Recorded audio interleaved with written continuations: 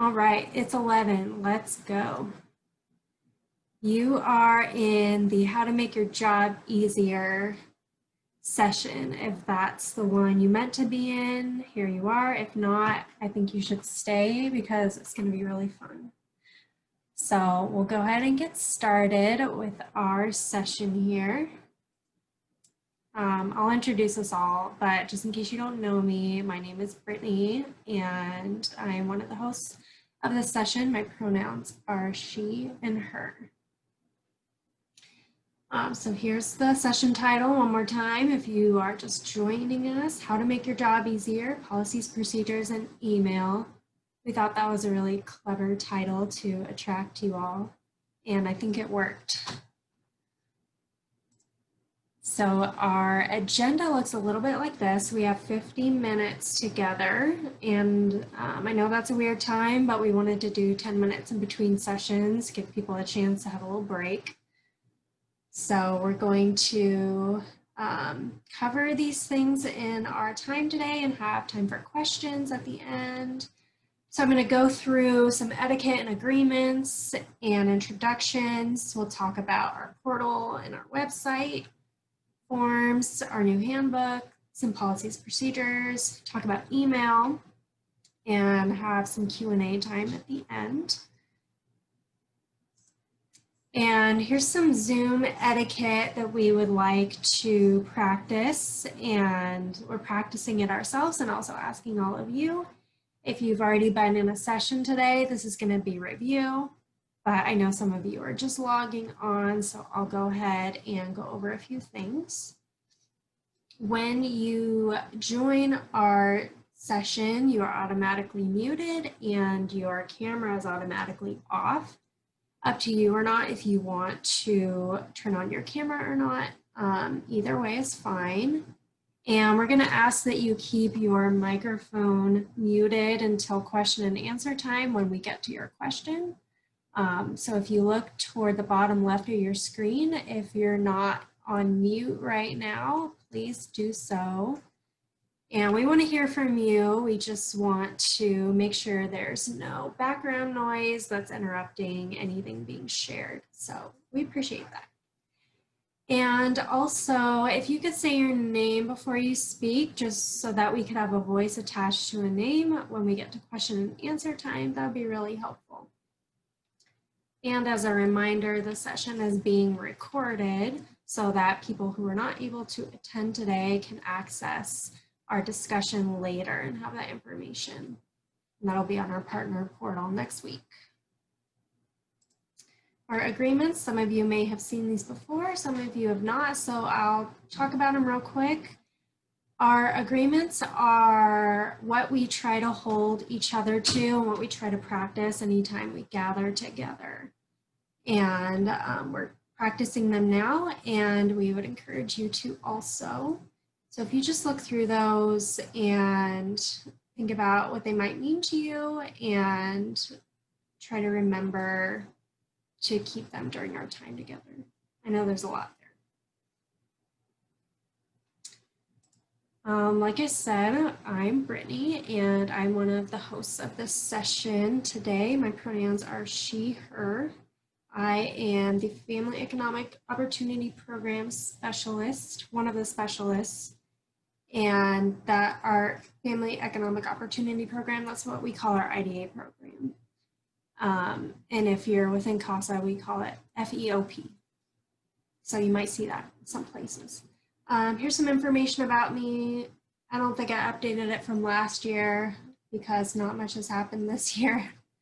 And things that you can ask me about or email me about are website updates, if you have contact information updates for your organization or a saver, our listservs, outcome tracker logins, forms, any of that, and probably more that I'm not thinking about, but there's a little bit about me. And my co-host today is Lane, and I'll hand it over to her to introduce herself.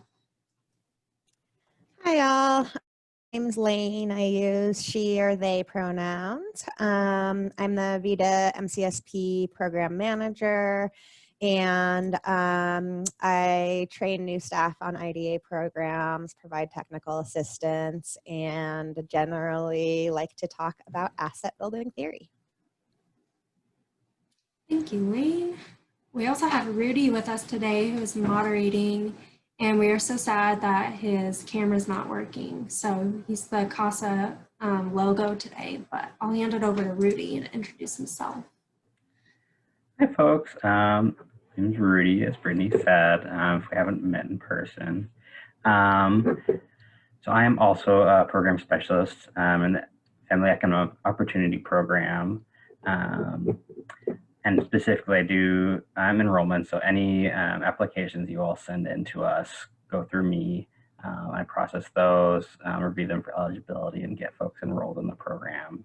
You can always ask me about eligibility questions or the application process, anything about income or Oregon residency documentation. You can always send me an email for an eSaver login or just general IDA questions. And yeah, this is the fun facts, still about the same. So, but I'm glad you all were able to join us virtually today. Yeah, that's all for me. Thank you, Rudy. All right, let's jump into how to make your job easier. You probably are all dying to know. That's why you're here. Last year, we launched our new partner portal, and what that is a place that all IDA specialists can go to get forms and information and resources related to the IDA program. And what we have on the portal, none of it is sensitive information. It's just a place for people in our program to go and access what they need. So I just wanted to reiterate that because we don't post anything confidential on there. It is behind a password so that we make sure the people who are accessing it, it's appropriate for them to access, but nothing too detrimental there. And if you were a specialist this past year, you do have a login. If you don't know it, email me, brittany@casaoforegon.org, and I can refresh it for you. But your login is your first name _ last name. And please save your passwords if you're able to in a safe place. I can reset them, and it's no big deal if you forget. We just ask that you do that. And let's look at the portal here just to get a little refresher. And maybe for some of you, this is the first time you've seen it. And I have my login information saved here on my web browser. So I'm gonna go ahead and log in. And let's look at Vita, since most of you are in Vita. So this is what it looks like when you log in. We have different tabs for different phases of the program here. And I'll go through each one. There are buttons here, and they're also on the banner up here. So enrollment, that's where most people start. I'm gonna click Learn More. On our enrollment page, it tells you what it is. This section should be used for reviewing and determining eligibility for a potential saver. We have a button here where it logs you into VistaShare, and you can enter in the application, paying the application fee via PayPal. Click here. And here's where you can email IDA email with all the attachments. And then if you scroll down, it has a little bit of information about applications and where you can find things. If you hit this little plus sign, that expands the section for the different documents and forms related to enrollments. So at the very top, we have application. We have a list of the financial institutions, income calculator, anything you would need when you are enrolling a person for an IDA. And on the other side, we have everything we have currently available for Spanish. So we don't have everything, but we're working on it. It's a work in progress, but there's the Spanish versions of what we have available right now. And I'm gonna go over to Saver Support. So many of these forms and documents are for when a saver is in the program and they're completing their requirements needed to make their first withdrawal and move forward in the program. So again, we have English and Spanish, and we also have it broken down by asset goals because there are forms specific to asset goals here. So for an example, education, we have supplemental education and career planning worksheet you can access here. For home repair, we have the contractor letter, site visit. So click through these, get familiar with where things live, and it'll be really easy to find what you need on our portal. When the saver is ready to make a withdrawal or graduate, we have a tab that has all of the withdrawal forms and documentation we need in order to successfully process their withdrawal. And many asset classes have their own withdrawal form. I would say all of them do, if I'm not mistaken.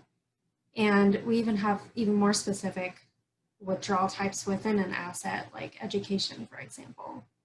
So click through these, get familiar with them. We also have the Spanish versions available. Resources are mainly references for our specialists to use while they might have questions or need technical assistance. And we also have some resources that are available that would be applicable to savers as well. We have a lot in here, and we also have our partner training stuff from last year. So this is where I'm going to post the recordings and slideshows for this year's training as well. And I'll email you all when that happens. And there's asset specific resources as well. And you can also use this website to go into VistaShare to log in and access your reports. So basically our portal is like a jumping point for everything that you would need to help a saver in the program.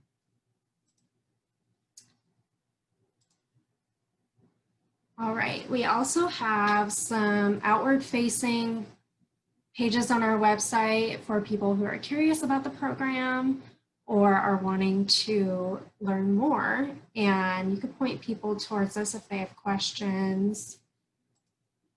One of our pages is learning about IDA, and we have 3 different savings programs at CASA, E3, Match College Savings Plan, and VITA. And this helpful chart goes through the differences between each of them and the requirements. So it's pretty useful, and it's a great quick look at what each program is and how it's different. And then we have a way that people can go in and look to see which providers serve their county and for what asset class they're interested in saving for. And that can be accessed down here at the bottom. So I'll open that up. And since last year, we have made sure that this works and it's new and improved. So we have a filter here on the side for counties served. And then if you scroll down more for service areas or asset classes. So if someone lives in Multnomah County and they want to save for education, they could click both those boxes and hit filter. And it's going to show them which organizations are serving Multnomah County that provide education, IDAs. And then they can click on the organization and learn where they are, who they can contact. And if you want to look through your page and anything needs updated on your page for your organization, please email me. I like to keep all of that information up to date. So if something's wrong on your page for your organization, let me know and I can get it fixed. So that's what we have on our website for resources for both you and current savers and prospective savers. I believe we also have an eSaver login link on that same page for all the IDA program details. All right, form updates. We're going to talk a little bit about forms today. And all of the current versions that we have are on our portal, the pages we just looked at. Everything is up to date. And the Spanish forms are a work in progress. They take a lot of time, so we are working one form at a time to get those translated to match the English versions. And if you have a form that you would like to see in Spanish, let us know and we can put it on our list to prioritize. Any updates that we have are at the top of our monthly IDA newsletter, and it also explains what we changed on the form. So when you get those newsletters in your inbox, please look at the top to see if there are any new updates on any forms, and that's where you're going to find out. If you're not getting our newsletter, please email me and I'll get you on that list. One thing that we ask is please do not save a form on your computer and keep using it, because if the form was updated, it was updated because we need information to either fulfill a compliance need or provide clarification. So that form that you have saved that's not updated anymore isn't going to be super helpful for us.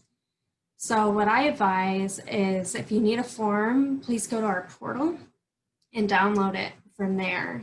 If you're unable to download it or access it for any reason, you can email IDA email and we can get it to you. I know it's sometimes hard with remote work. You can't always access what you need to or be able to download things. So if you need a form and you're not able to, email us at IDA, we could get it to you. Or if you absolutely need to save it on your desktop, anytime there's a notification that we have updated a form, go and replace it. Like if you have the education withdrawal form saved on your desktop and we email a newsletter, it says we've updated the education withdrawal form, please go replace it.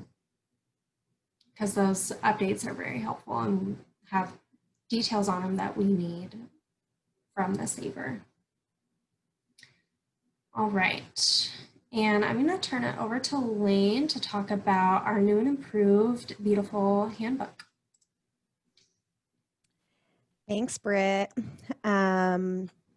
So a question that I've gotten a lot over the couple years that I have been the VITA program manager is, why does the handbook say 2016? So I'm very proud to now have a 2020 handbook. And we will have a goal of updating that annually going forward. So please try to hold us accountable to that. We'll do our best. So let me just kind of go through real quick what is in the 2020 handbook that's different than 2016. Honestly, most of it's the same. The main changes are that we added in the pilot asset classes. So that's vehicle, rental, retirement. And I just want to remind y'all that the reason we're still calling those pilots is that none of that is set in stone still. We don't have standard operating procedures from neighborhood partnerships for those asset classes. So we're just operating off the rules that we've kind of come up with so far. If you offer any of those goals, I would really encourage you go read the asset specific section for those pilots. Has a lot of good specific information in there.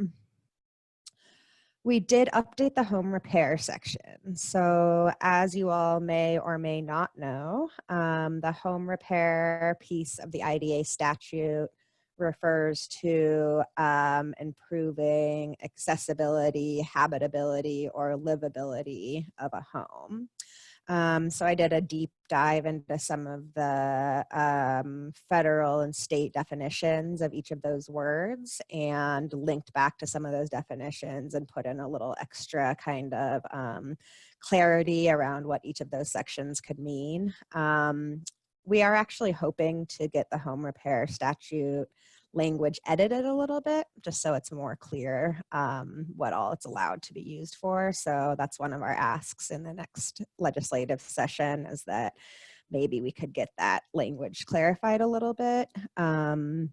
What I will say about home repair, and what I'm hoping the handbook helps you to do, is to advocate for your saver. So somebody asked me the other day, is siding an eligible expense?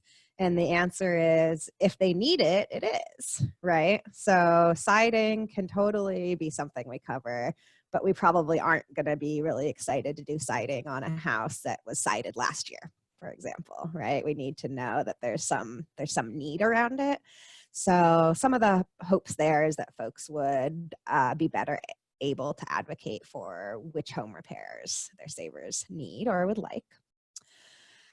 We also added in some sections on some of the specific parts of the education withdrawal process. So the OSU bookstore has its own procedure. They're very special over there. So we have a section on that.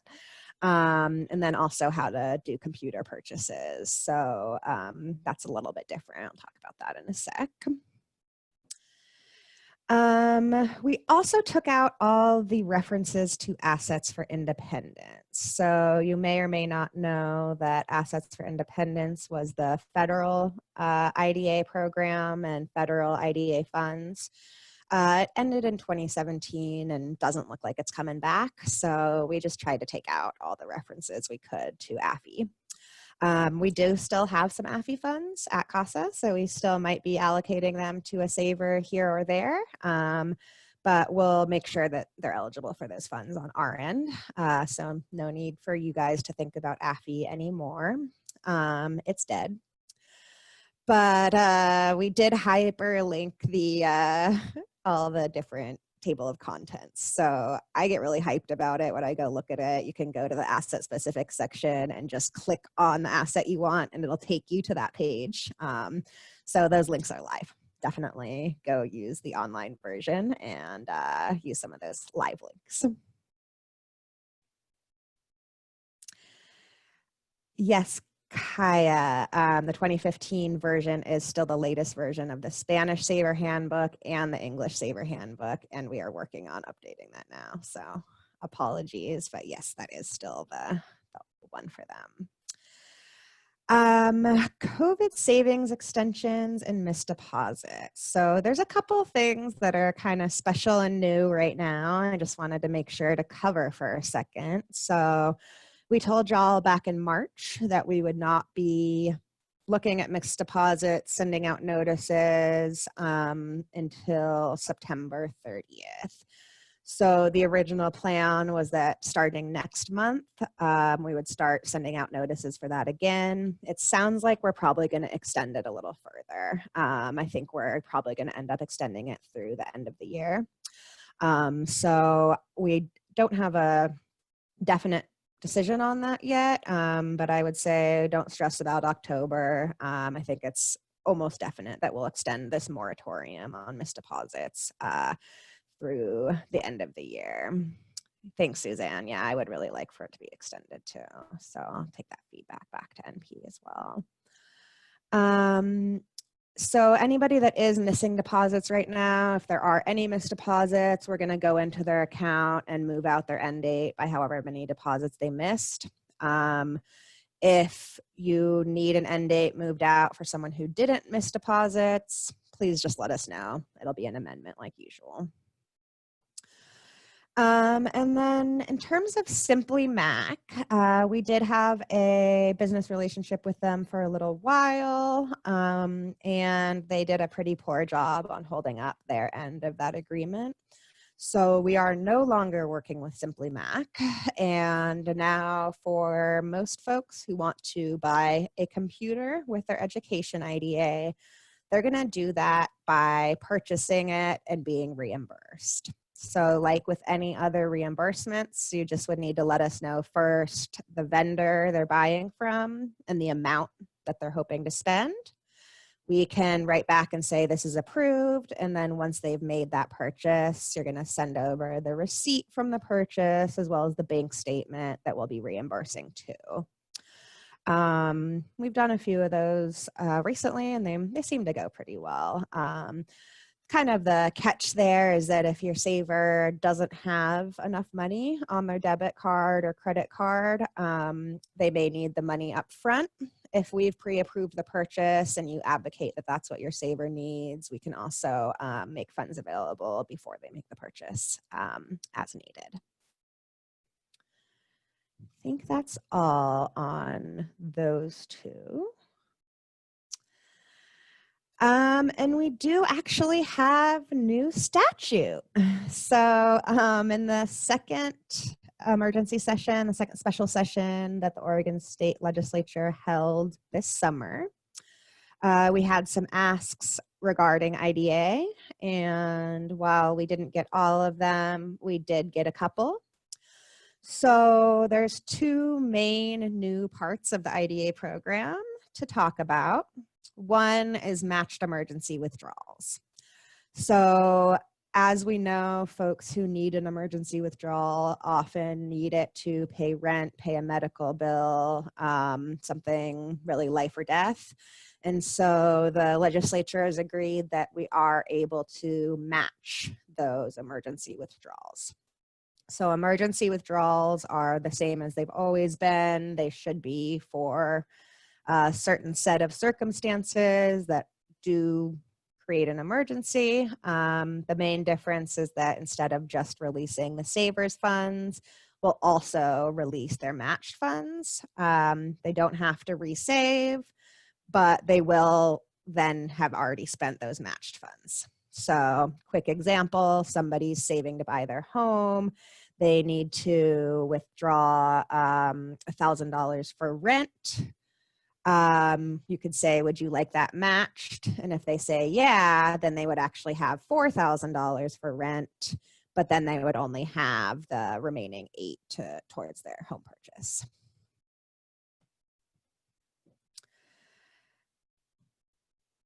All right. The other one is the what I have trademarked as the rainy day asset class. So this is actually a new savings goal. It's very exciting. 2015 was the last time we got new savings goals, and this is a new savings goal. So that is very exciting. And, you know, kind of going back to that statistic we always talk about, that about 40% of Americans could not access $400 in emergency.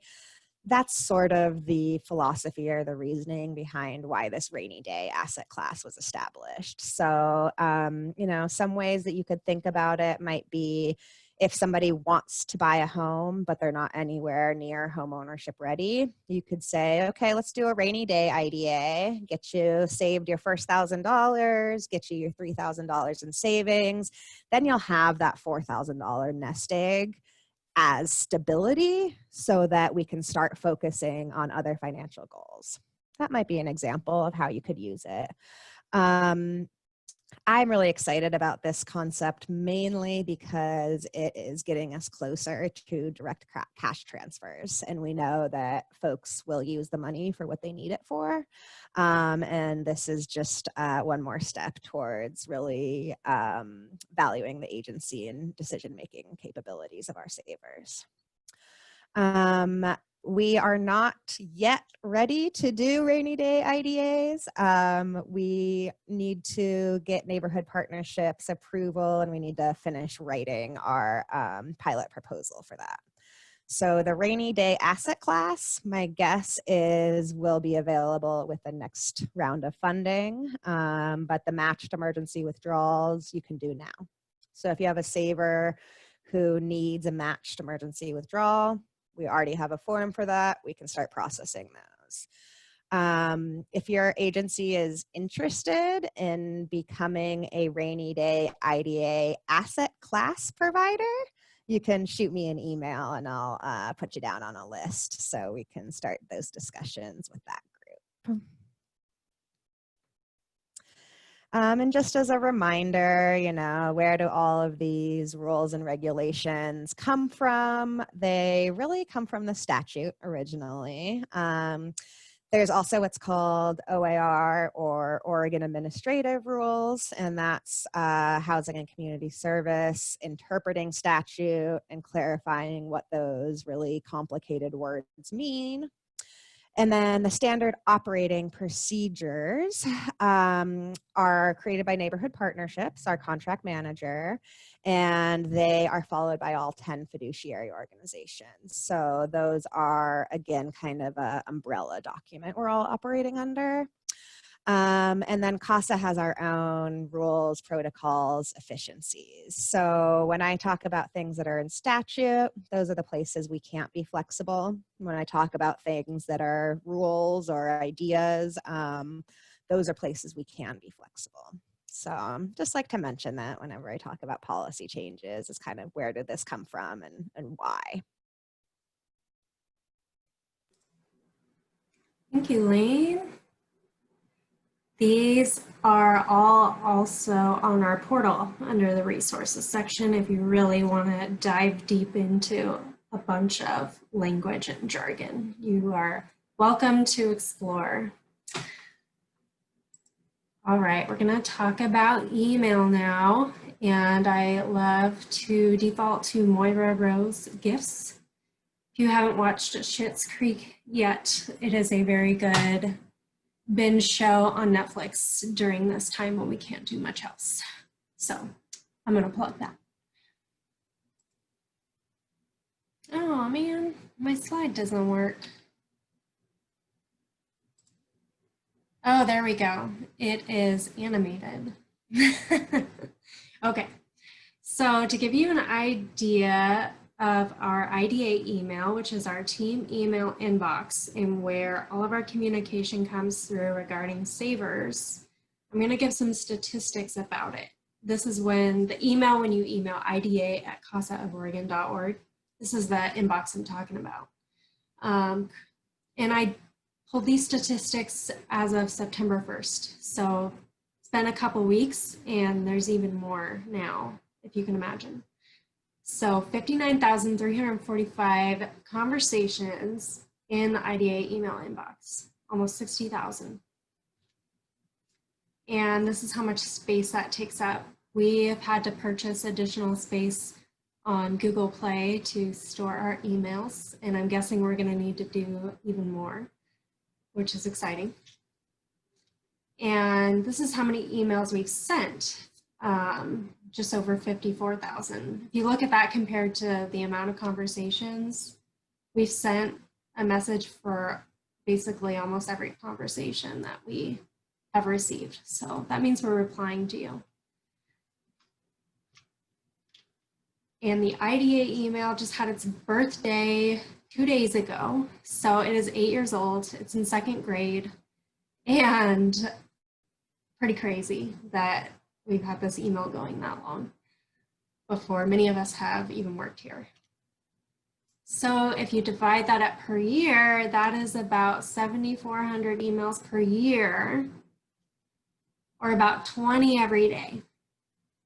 And I would say that's pretty accurate with checking IDA email, that we get about 20 in our inbox every day. So that's just an idea of our team email address that we communicate with all of you through. So we're going to talk about how to best utilize email in our roles and how to make that easier on all of us. And really the reason we want to talk about this and the requests that we have are all to help our saver and participants in the program to have a better experience in IDA. Britt, can I say one thing about these numbers? Yes.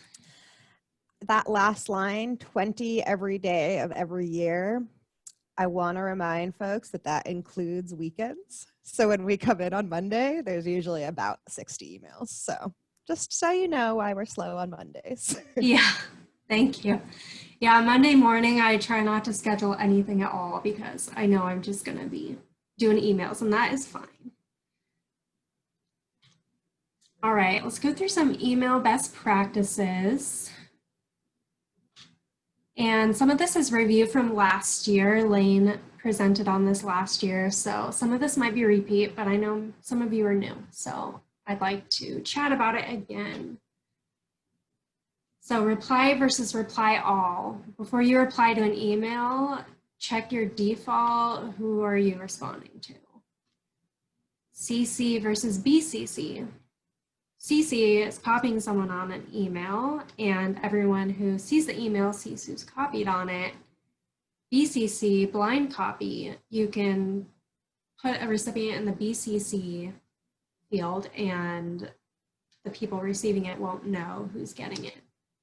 So for example, when I sent the registration links, I put everyone in BCC so that if anyone replied, they were just replying to me and not everyone on the list. Listservs versus individuals. We send out updates occasionally via listserv. And if you're not on the VITA or MCSP listserv and you want to be, let me know.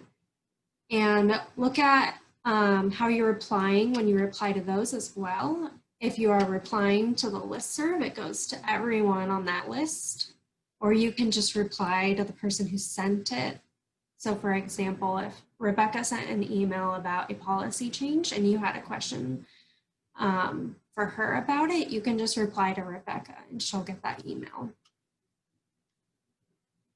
Next level, if you want to be an email master. If you are copying someone on an email just for a specific reason, you could include in the email, like, I'm copying Rebecca because I would like her to respond to this question, or I'm copying Lane because she was in on this conversation and I just want to let her know. So that way someone gets this email and they're not like, why is this sent to me? What am I supposed to do something? Like if you spell it out and are specific, that helps in achieving your goal and getting the information that you want.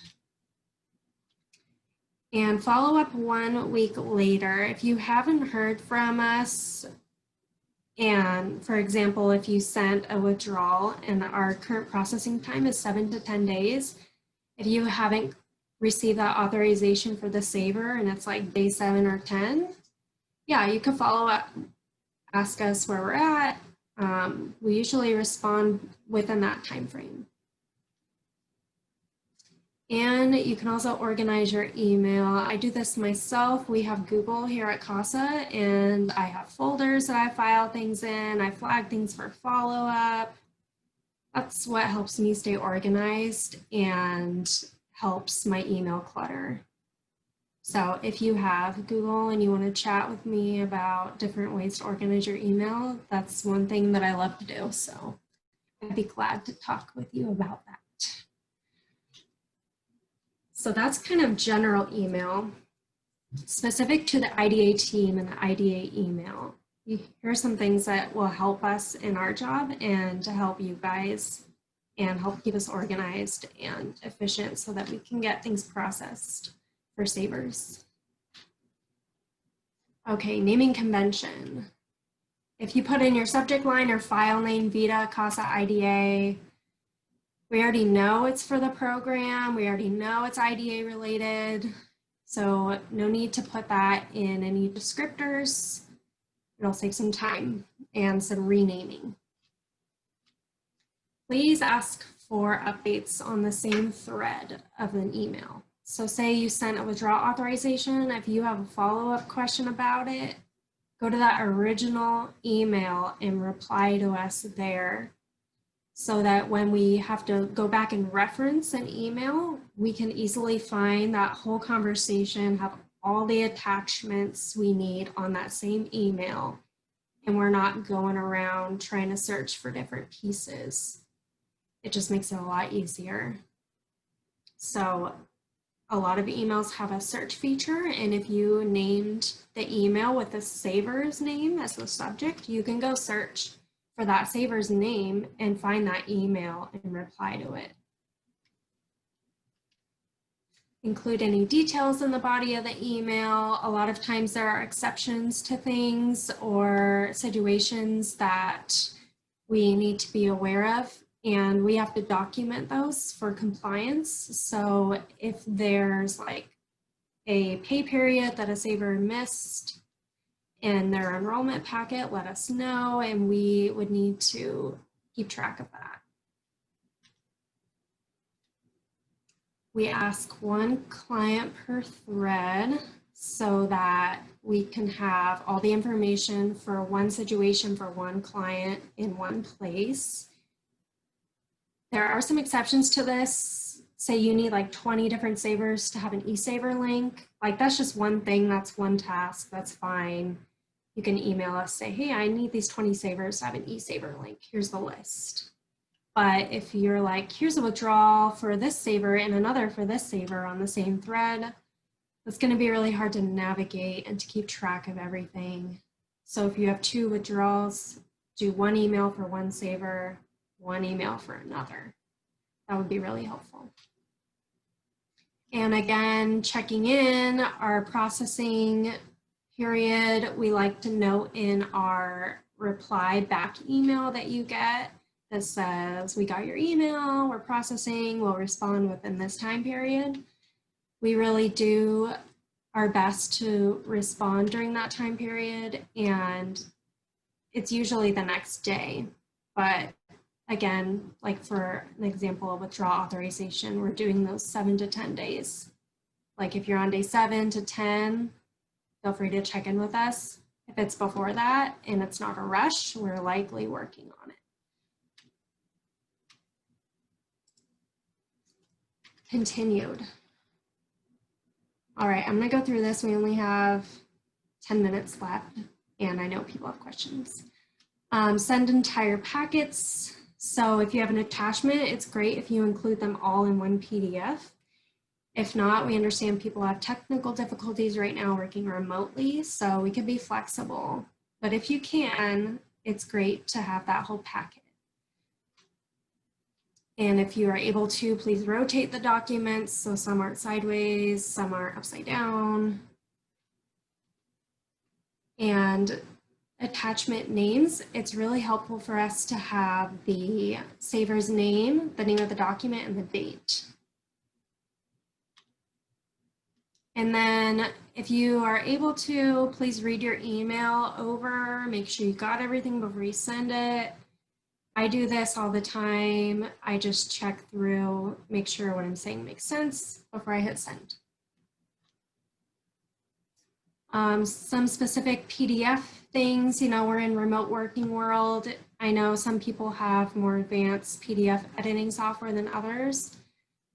We have, I think, Adobe DC here at CASA right now. So we have a lot of capabilities with PDF editing. If you have really cool PDF editing, you can wave or do a thumbs up so we can see who has that.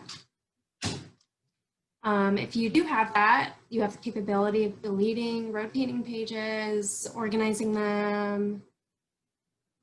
Please sound off in the chat. We want to talk about like signing electronically. I know that's difficult right now and people have different programs. So if there's something that's working for you, put it in the chat, or if you have questions about electronic signatures, we can talk about that. We don't really have like a standard right now just because everyone's capabilities are so different. So we're working on figuring that out together. You can also change the resolution if the PDF is too big and it won't attach. Some programs allow you to make the resolution smaller so that you can attach it to the email and it doesn't have a size issue. And a trick that I like to use so say you save a form and it's filled out, a PDF form, one of our forms, but you go to save it and the fields you entered aren't sticking and it's blank. What I like to do is instead of saving the PDF, I do a print as PDF, and that flattens the document and saves all of the fields that you filled in because it's acting like it's printing it. but really you're saving it electronically as a PDF. So that's a trick that I've used with some of our forms where the fields don't stick. I do a print instead of save. And that's been really helpful. I want to leave 5 minutes for questions, but I want to plug the TA session tomorrow. Lane is leading. It's kind of the part 2 of this. So we're going to talk about reports, and so please go to that 10 a.m. tomorrow. If you can't, it'll be recorded and uploaded. Lane, did you have anything before we go into questions? Okay. All right. So I'm going to hand it over to Rudy, who has our questions queue, and let him call on people for this time. And again, we've got Moira Rose joining us. So what do we got, Rudy? All right. So currently we have, I think we've got all questions that have been asked in the chat so far have been answered by Lane or myself in chat. So if folks have any, please feel free to add those. Anything you've had that you had questions about the presentation, or that the presentation brought up or reminded you of. Thank you. Thanks, Lane, for answering questions while I was chatting away. And if people do want to queue up in chat or put questions in chat, I'm just going to read a couple of the signature suggestions. Sign request is one that people mentioned. We are seeing sign now. Some folks who don't have any. So it definitely looks like there's a range of signature software out there that folks are using.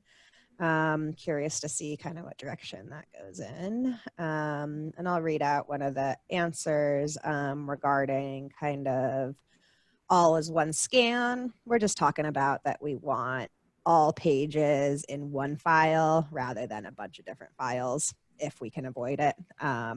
Sometimes that's how it needs to be for whatever reason, no big deal. We just don't like getting emails where there's 42 attachments and each one is one page. Is that what you're asking, Suzanne? It is. I'm quite confused about this one because, like, for instance, let's say I have a withdrawal packet that I'm putting together and it may or may not have training documents in it. And I don't know how you guys are going to go back and keep track of what has training documents and what doesn't. And, you know, so right now, like, for instance, when I do an enrollment, I will send the pay stub separately from the income calculator. But what I'm hearing is that you guys rather have everything as one document. And for me, it's confusing because I don't know how you're going to know, like, if all of the requirements are there or not. And then for us on our end, same thing. Like, how do I know that, oh, look, I know that there's the income doc, or, yeah, splitting them up like that, it makes me feel like there are going to be holes in the information without having to open up the doc and then scan through all the pages to see if it's there. I can answer that. Yeah, there are times where it does make sense for them to be separate, and that's okay. And like, if you have all the pay stubs in a PDF, that's great. Like, that works. But sometimes we get, like, for financial education, if people do the FDIC and there's like 12 pages of that and there's 12 different certificates, like, if you have the capability to put all the FDIC certificates in one PDF. Like, for things like that, it makes sense. For applications, yeah, it's totally fine if you have pay stubs in one PDF, application in one PDF, savings plan agreement, like, that's fine. I feel like it's when it gets excessive, like the personal development plan is in 4 different pages. It'd be great if it was all in one. And we check through and screen which requirements we have received for that saver and what we still need. And so there's a way we go back and look at that and make sure we have all the pieces. Does that make sense? Yeah. I was just going to add that unfortunately, even if each attachment is there and labeled, we still have to open them up and look through each page of it. anyway, because it's so common that something says it's one thing and it doesn't have all the pages, or it's not actually that thing. So in terms of like just looking at the email and not having to open it, that would be great, but that's not the situation anyway. Like we do always have to open the attachments and look what's in them anyways. So I think that that's kind of the other part of it, which is like, you know, we are going to click open and look through that, whether it's one attachment or whether it's 10. So just wanted to add that.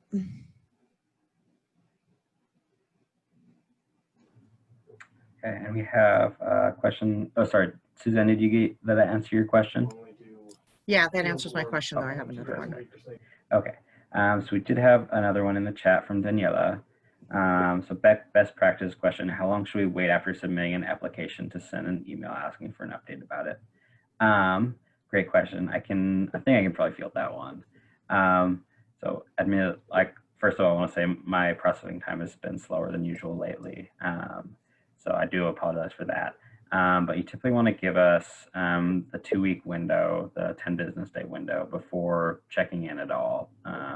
So at any given time, even when I'm really up on top of it, there's oftentimes about 40 applications in the enrollments email. So as soon as that goes to the top of the queue, I'm working from the bottom, so the most recent stuff, or the oldest applications. So I probably won't get to that until at least 2 weeks after it's been sent. So if you want to give 2 weeks after sending an application and check in about it, that's great. I think that for then it's just not the best use of your time to send ask for an update, because I'm just not going to have one for you yet. Does that answer your question?